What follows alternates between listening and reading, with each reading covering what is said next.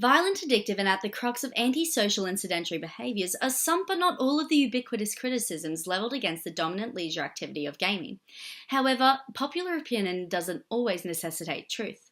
To debunk the myth that everybody knows video games are bad for society, we must first acknowledge that these often unjustified assumptions are merely the product of media and its effects on Western culture.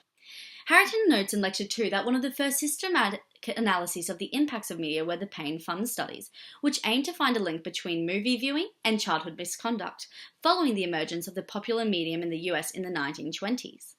Contemporary scholars posit that it was during this dynamic period that seeds of the media effects paradigm were sown, with public concern dovetailing sociological issues such as delinquency and a rise in teenage pregnancy, to the content of that consumed in theatres. Stephen Harrington goes on to coin this response as an example of the media effects model, known as the magic bullet, whereby the media is conceptualized through the means of a gun, a bullet forming the damaging and powerful information, and the public as its unassuming, faultless target.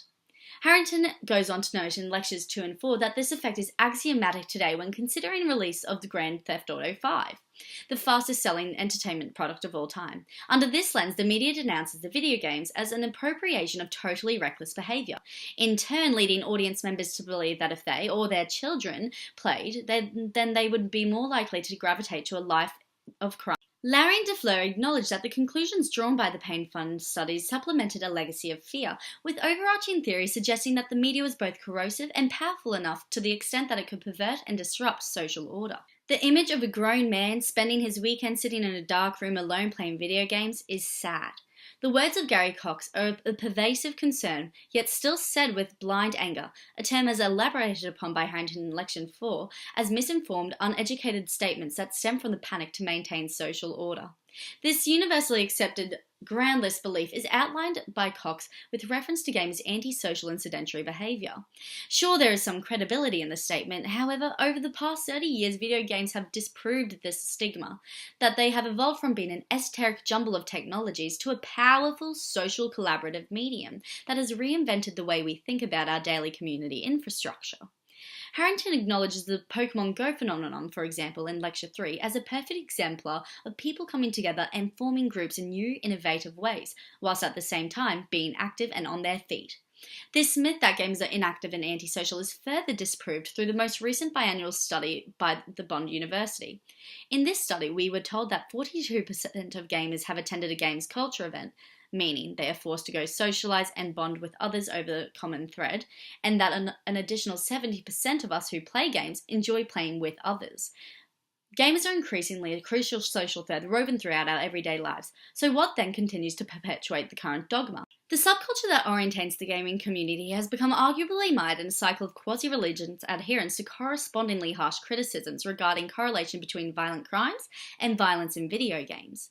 Thompson recounts in Media Audience's 2012 edition a recent example of public discourse following the publicity and hyperbole surrounding the Virginia Tech shooting in 2007.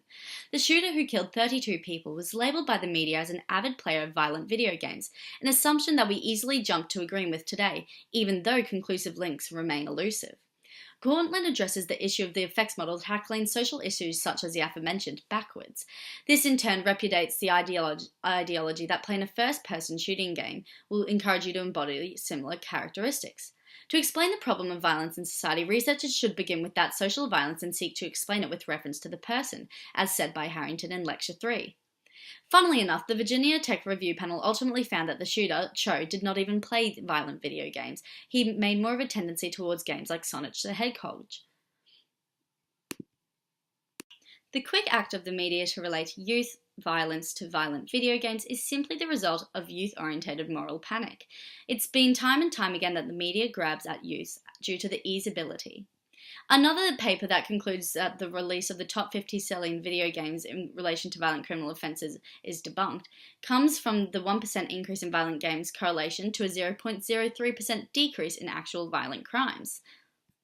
Therefore, by deconstructing the facts and being able to tell that there's little correlation between violent crimes and violent video games, we are able to see that it is a result of media effects. Therefore, by debunking the hype concerns that surround video games and their predecessors, we are able to justify the argument that video games are not bad for society.